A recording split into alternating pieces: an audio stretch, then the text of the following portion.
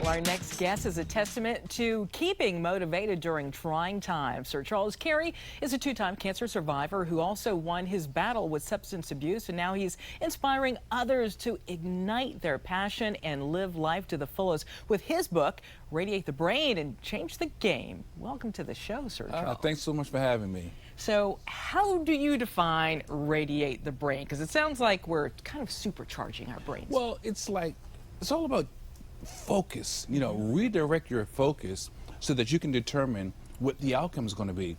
A lot of times with the world that we live in today is so much noise, but you have to decide where you want to go and what it takes to get there and have tunnel vision, so to speak. And once you make your decision, changing your thinking, then you can determine what the outcome should be. You're always working towards that ending outcome. Yeah, I really think today with social media, sometimes we listen far more to others than listening to ourselves and what we really want. Absolutely. So that's been your mantra for how long now? Oh my goodness, it's about 5-6 years at least. The book came out honestly in 2014, and we're, as of today, repackaged and rebranding the book because so many people ask me about the book. It's one of the most requested books of all of my books, and now it's become a series. So we're focusing on that radiate the brain and change the game mantra. Okay, so you get people out of their comfort zone and figure out ways to make them be more efficient and more effective, more and productive, to grow. All that, yeah. Because a lot of us, again, because like you say, social media, it distracts us. It gets us off into tangents. It takes us where we don't need to be, and then we're further and further away from our goal. So how do you know all about this? What's your story? Hey, look, I am an overcomer of substance abuse. For over 20 some odd years, that's all I wanted to do, use drugs, and I did. And I made horrible decisions. So I know today, young people, even older people, we're still making a bunch of bad decisions. So this is where I draw my experience from. And since I've been able to bounce back from that lifestyle, from those negative behaviors, I see very clearly now where I turned left when I should have kept going straight. And the same thing can happen for other people. They just need someone that they can identify with to show them. Okay, so you say get out of your comfort zone, but what if you're already older? You're not going to be apt to get out of your comfort zone, and what if you're someone who doesn't have anyone to push them? What do you do? Well, they say, I'm too old to try this. I'm too Right, yeah, you're set in your ways. There's no such thing as too old. I remember as a kid, reading magazines where senior citizens were graduating college. There's no excuse for not making a difference in your own life. Look, okay, so what are the actionable steps? I mean, if we want to perform at our peak, if we want to grow, are there actionable steps that we can take to get there? Yeah, I say, first of all, acknowledge where you are. You gotta be realistic, acknowledge where you are. Think about where you'd like to be, and then think about what it takes to get there.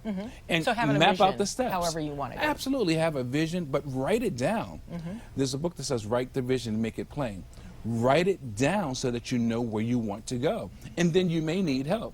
That's when you may seek a coach or a mentor or a guide. So maybe you're going to be able to come up with something that you like doing, like someone like myself. Okay, I like communications, but you've got to figure out what that specific thing is that maybe you're going to do for the next couple of years or so.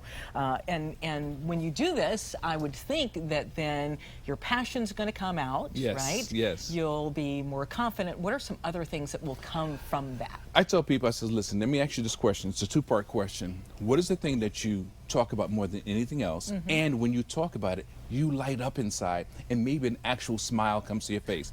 Whatever that answer is, that's going to be the direction that you need to work in or to move towards. Right. So don't think that you're going to be able to do this by yourself. Sometimes it takes having your friends or someone to help. So in spite of whatever setbacks, like for yourself, having been someone who was an alcoholic, substance abuse, alcohol, all that, right, and also with cancer, you know that just because you're in a position doesn't mean that you are going to stay there. One of the things I've found is that being still is so tremendously helpful. Sometimes, again, not just social media, television, movies, radio, music, sometimes being still will get you to realize what it is that you're not doing and what it is you need to start doing. So You've got some seminars that you do. You've got a series of books that are out. What have been some of your most popular books that have been most effective for folks? Because this can be any age. I'll be quite honest with you. Radiate the Brain, the first book, and Change the Game is the most requested book. We just came out with What's So Hard About Being You, and I think that's going to really make a lot of people accountable, because all these books are interactive. It causes you to create your own personal resource. You know the answers you're writing in the book. You know now, once you've seen it, you can't deny it. And that's important, again, is having something that acts like a journal, acts like a worksheet, and will take you from point A to point B so that you can change. You were voted 2019 Man of the Year, Leukemia Lymphoma Society. So big congrats on that. To get more information on you and what you're doing, Sir Charles, CaryIncorporated.com. Yes? SirCharlesCaryIncorporated.com. That is correct. Absolutely. Well, thank you so very much for coming on. Good morning. Thanks for having me again. I appreciate it.